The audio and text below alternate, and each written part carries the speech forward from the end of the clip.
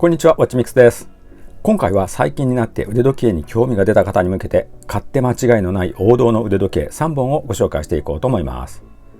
腕時計が欲しくなって時計雑誌だったり、あとはネット記事のおすすめモデルを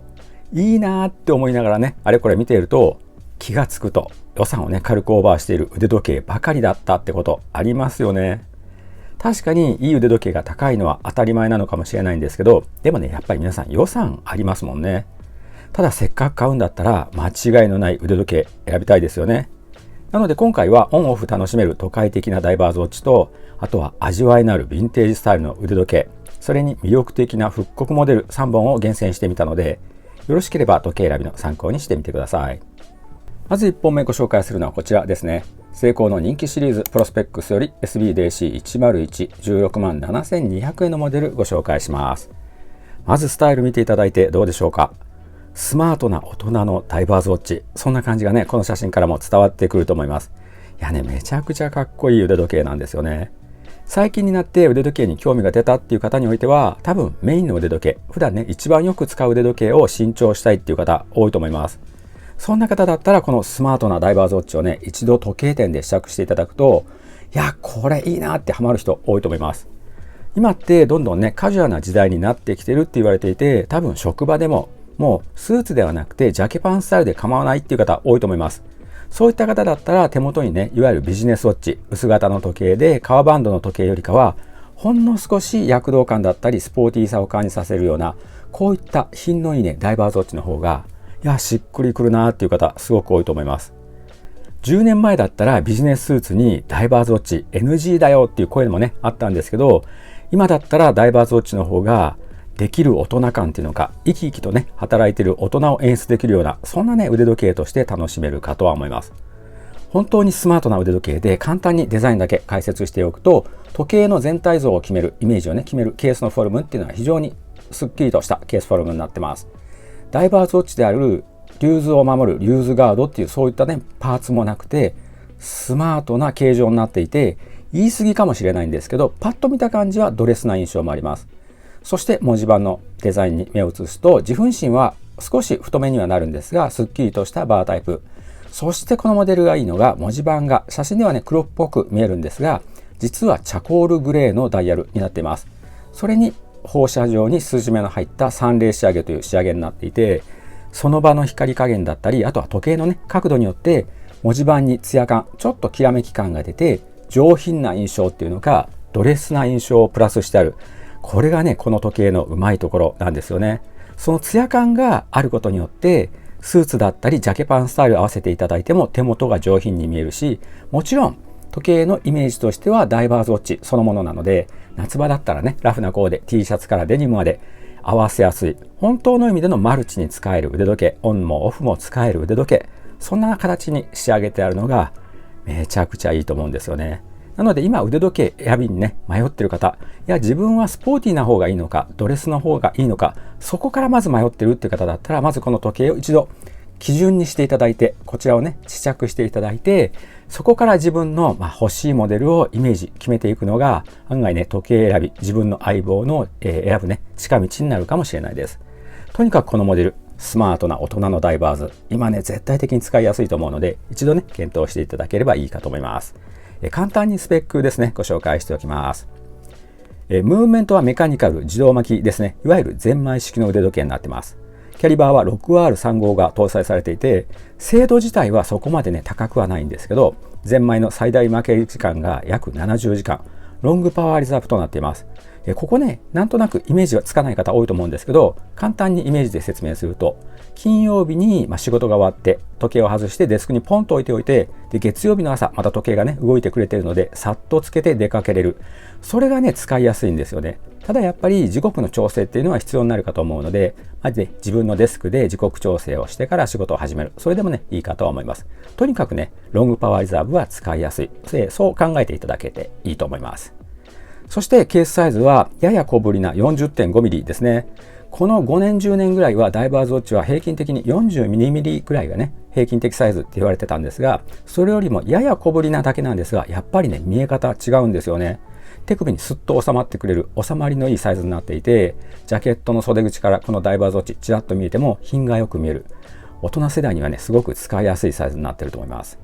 そしてガラス素材はカーブサファイアガラスですね。サファイアガラスっていうのは非常に硬いガラスで、まず普段使いしていて傷っていうのが入ることがないので安心して使えるのがいいポイント。そして防水スペックは、オーバースペックとも言えるんですが 200m の空気栓水溶防水となってます。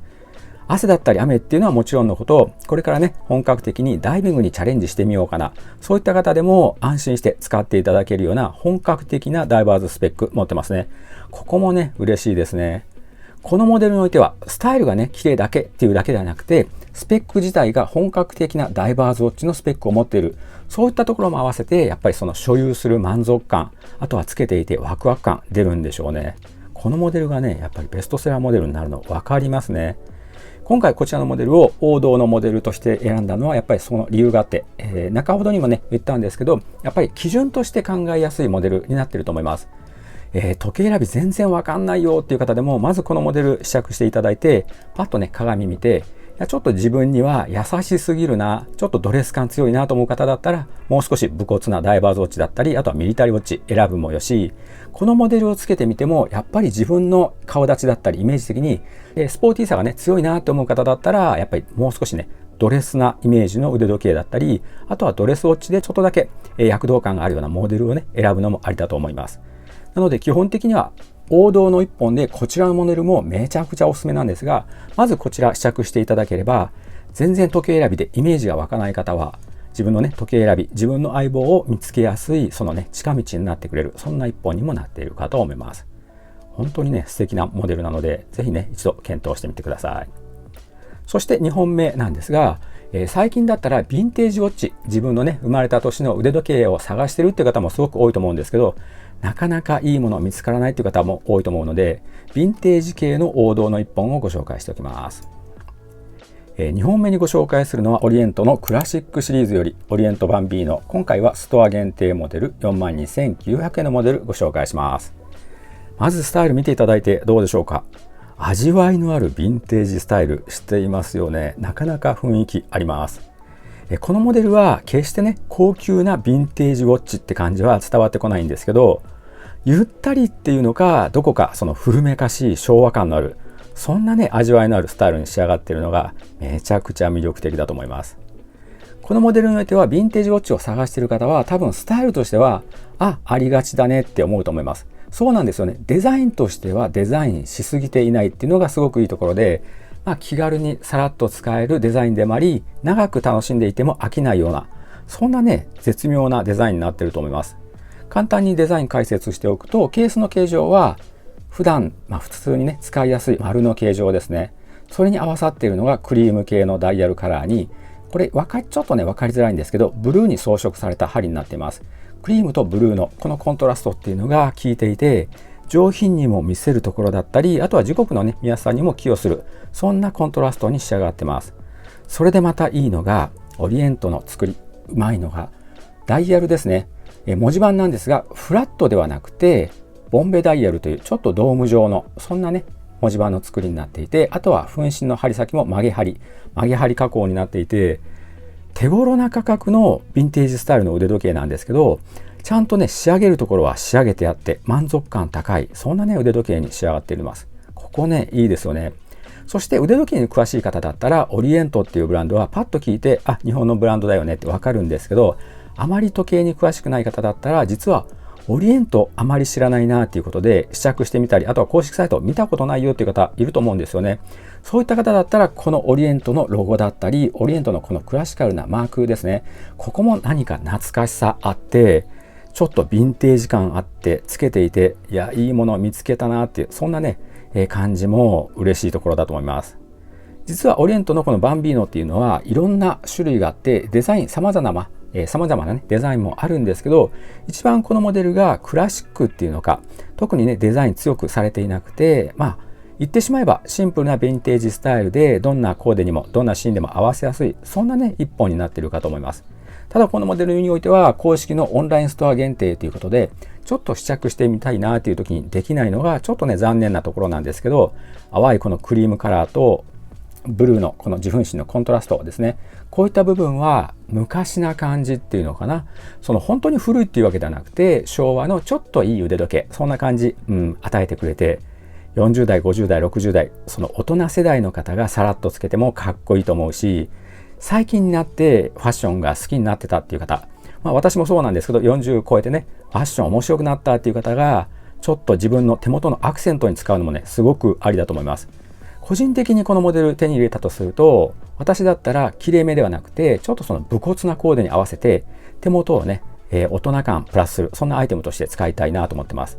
イメージで言うとレザージャケットに合わせてみたり、あとはもっと武骨な、ミリタリージャケットですね、 M65 系のその、コットンのジャケットに合わせて、その手元からこのヴィンテージスタイルのバンビーノチラッと覗かせると、いや自分のスタイル持ってるなって、そんな感じありますよね。私もよくするんですけど、 M65 系の、ミリタリージャケットにウールのパンツ、それにレザーのローファー、そういった大人カジュアルな服装を合わせて、手元にほんの少しだけヴィンテージ感っていうのか大人感プラスする、そんなアイテムとしてね楽しんでいただけたらいいなと思う、そんなモデルですね。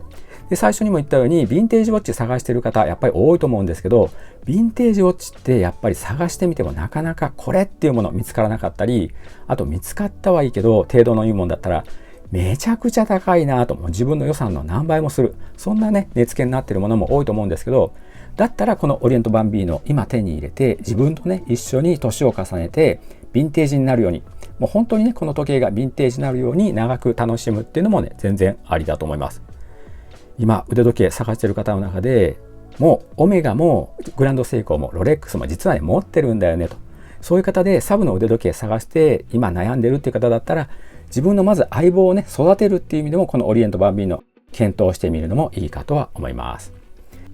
簡単にスペックご紹介しておきます。このモデルもムーブメントは機械式自動巻きですね。キャリバーは F の6724搭載になってます。ベーシックなキャリバーなので、ここはすごいよというところはね特にないんですけど、味わいのある秒針の動き、チキチキチキっていうねその秒針の動きを楽しむんだったら必要十分だと思います。価格はね4万円台なので、ムーブメントがメカニカルっていうだけでも大満足だと思います。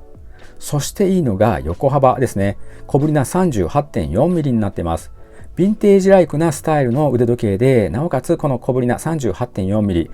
デザインとサイズが絶妙にバランスしていて、大人世代の方つけてもね大満足できると思います。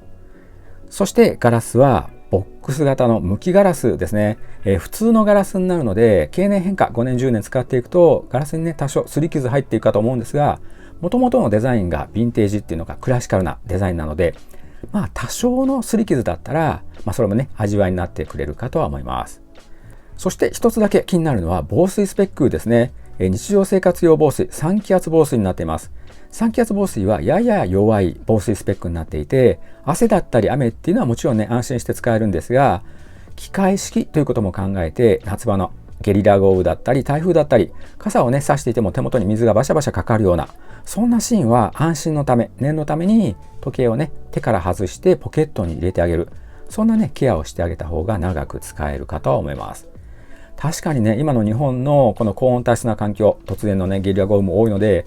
できたら防水が5気圧防水だったら最高だなというところあるとは思うんですが、3気圧防水はこういうケアをしてあげればいいよって分かっていれば、そんなにね怖くはないと思います。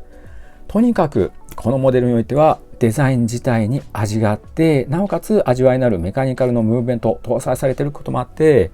サブの腕時計、ヴィンテージの、腕時計を考えている方がさっと自分の腕時計として相棒としてね楽しむっていうのもありだし、普通にもうねビジネスウォッチ持ってる、メインの腕時計持ってるっていう方がちょっとクラシカルな腕時計を探している時に、いや安くてもいいんだけどムーブメントはメカニカルが絶対いいんだよねっていう方でも大満足できる、そんな一本になっていると思います。本当にオリエントはデザインが柔らかくて大人世代が使いやすくて、なおかつ、ベーシックなねムーブメントなんですがメカニカル入れてくれてる、それがね嬉しいですよね。すごくいい時計だと思います。そして3本目なんですが、アクティブに使うっていうのかな、もう本当にキャンプだったりバーベキューだったりワイワイ、そんなシーンで使うような腕時計の王道の1本ご紹介しようと思います。3本目にご紹介するのはカシオの G-SHOCK から5000シリーズの1本ですね。DW の 5000R1AJF、 価格は3万3000円の1本ご紹介します。どうでしょうか。デザインいやもう普通のいわゆる G-SHOCK だよねっていう、そんなデザインしていますよね。それがね、でもね、大人世代40代50代60代にとってはめちゃくちゃ使いやすくていいんですよね。今回ご紹介しているモデル、王道と謳ってるんですが、実はこのモデルにおいてはこちらにもあるんですけど、G-SHOCK の初代の復刻モデルという形で2024年の12月に発売されたばかりの新製品なんですよね。でも初代の G-SHOCK の復刻モデルということで発売されたモデルにはなるんですけど、王道の一本、そんなね言い方をしてもいいと思います。若い人にはこのモデルは新しく感じられるし、あとは大人世代の方、40代50代60代の方には、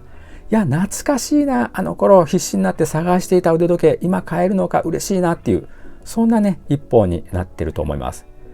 多分私と同じ50代だったり、あとは40代ぐらいの方でもそうなのかな。若い頃、その20代30代の頃に雑誌とかで見たスピードモデルの逆輸入モデル探していた方多いんじゃないでしょうか。多分時計にねあまり詳しくない方でも G-SHOCK のスピードモデルって聞いたことあると思うんですよね。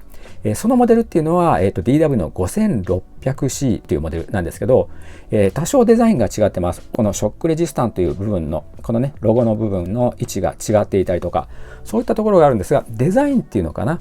基本的なスタイルっていうのはほぼ同じなんですよね。でその若い頃にそのスピードのモデルの逆輸入バージョン、いや時計店でね、いやスクリューバックの5600ありますかって聞いて回った方案外多いと思います。私もねその頃、時計店で働いていてめちゃくちゃ聞かれましたね。5600のスクリューバック探してるんですけど、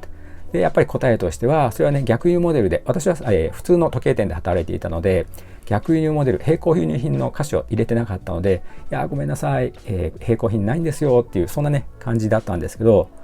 そういった方に向けて、最近腕時計が好きになったっていう方ではなくて、やっぱり若い頃からね G-SHOCK 好きだったっていう方に向けてはこのモデルめちゃくちゃ刺さると思います。デザインにおいては5000シリーズのデザインになっていて、じゃあデザインだけかっていうとそうではなくて、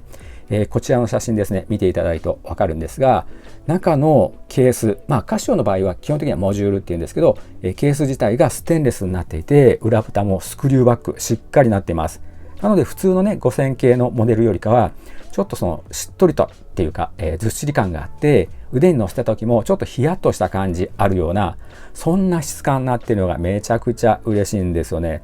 多分カシオの G-SHOCK 狙っている方の中で5000シリーズ、5600、あとはスティングとか、要は王道のカシオのね G-SHOCK 狙っている方いると思うんですけど、やっぱり裏蓋がねスナップ式ネジ止めのモデルで、昔のスクリューバックのあのモデル今でもあったら嬉しいなっていう方だったら最高の一本になってくれると思います。ただ出たばかりなんですけど、今はソールドアウトという形でなかなかね在庫を見つけること私もねできなかったですね。ただどこにも限定モデルとか限定本数書いてないので、待てば手に入れることはできるかとは思います。とにかくこのモデルにおいてはアクティブに使いたい腕時計やっぱ1本欲しいよねっていう形で、夏だったらバーベキューだったりキャンプ行ってワイワイね水かけ合いながら楽しんだり、そういったシーンだったら高いスポーツモデル、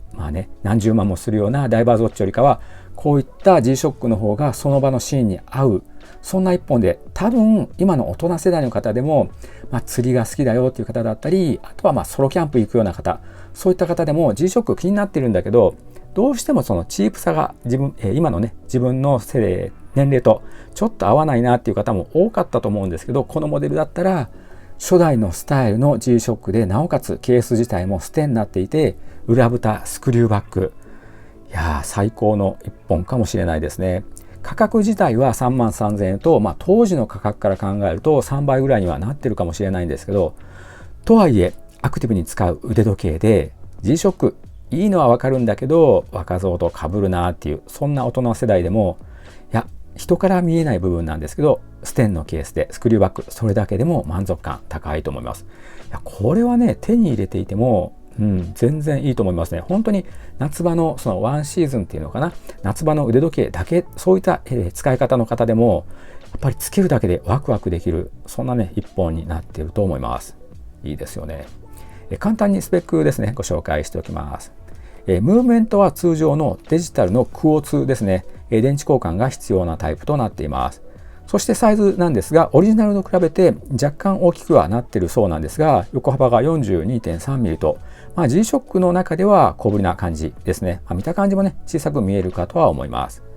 そしてガラスは無機ガラスですね。G-SHOCK なので無機ガラスでもいいかとは思います。そして防水性能は頼もしい20気圧防水ですね。やっぱり G-SHOCK なので、ショックに強いだけではなくて防水スペックも高くて、もう本当に気兼ねなく使える、頼りになるタフな相棒、そんなね使い方ができるのがやっぱりいいですよね。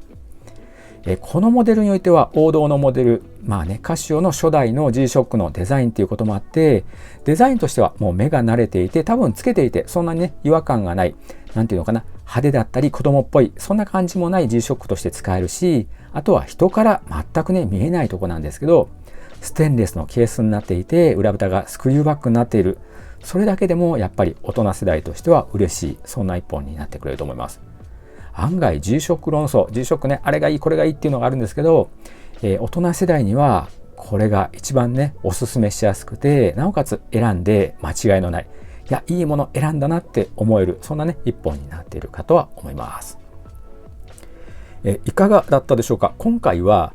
最近になってね腕時計に興味が出た方に向けて、買って間違いのないと思う腕時計3本ご紹介させていただきました。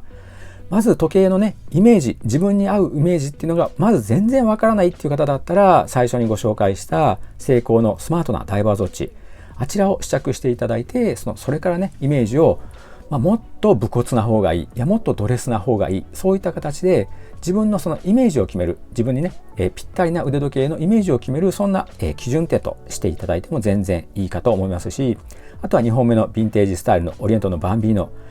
あのモデルにおいては自分の相棒として長く使える一本として楽しめる、そんなね腕時計だと思います。またサブの腕時計として選ぶのにもいい手頃な価格になっているのもねいいところだと思います。そして最後のカシオの G-SHOCK DW の 5000R、 このモデルにおいては人からね見えない部分だけがすごいっていう、そんな言い方をしてもいいと思うんですけど、そこが大人世代には全然違うんですよね。やっぱり G-SHOCK 好きなんだけど、やっぱりちょっとチープなのもいいんだけど、若造と同じかと。ただそうではなくて、いや中のケースがステンケースでスクリューバック、いやこれが違うんだよねっていう、やっぱりね密かにワクワクできる、そんな一本だと思います。ただね中のスペック自体は標準的なスペックなので、ケース代として考えてもちょっと割高にはもちろんねなるんですけど、でも長く使う相棒としてはいい選択だとは思います。最後までご覧いただきありがとうございます。これからも素敵な腕時計や時計関連の情報をご紹介しますので、よろしければチャンネル登録と高評価をお願いいたします。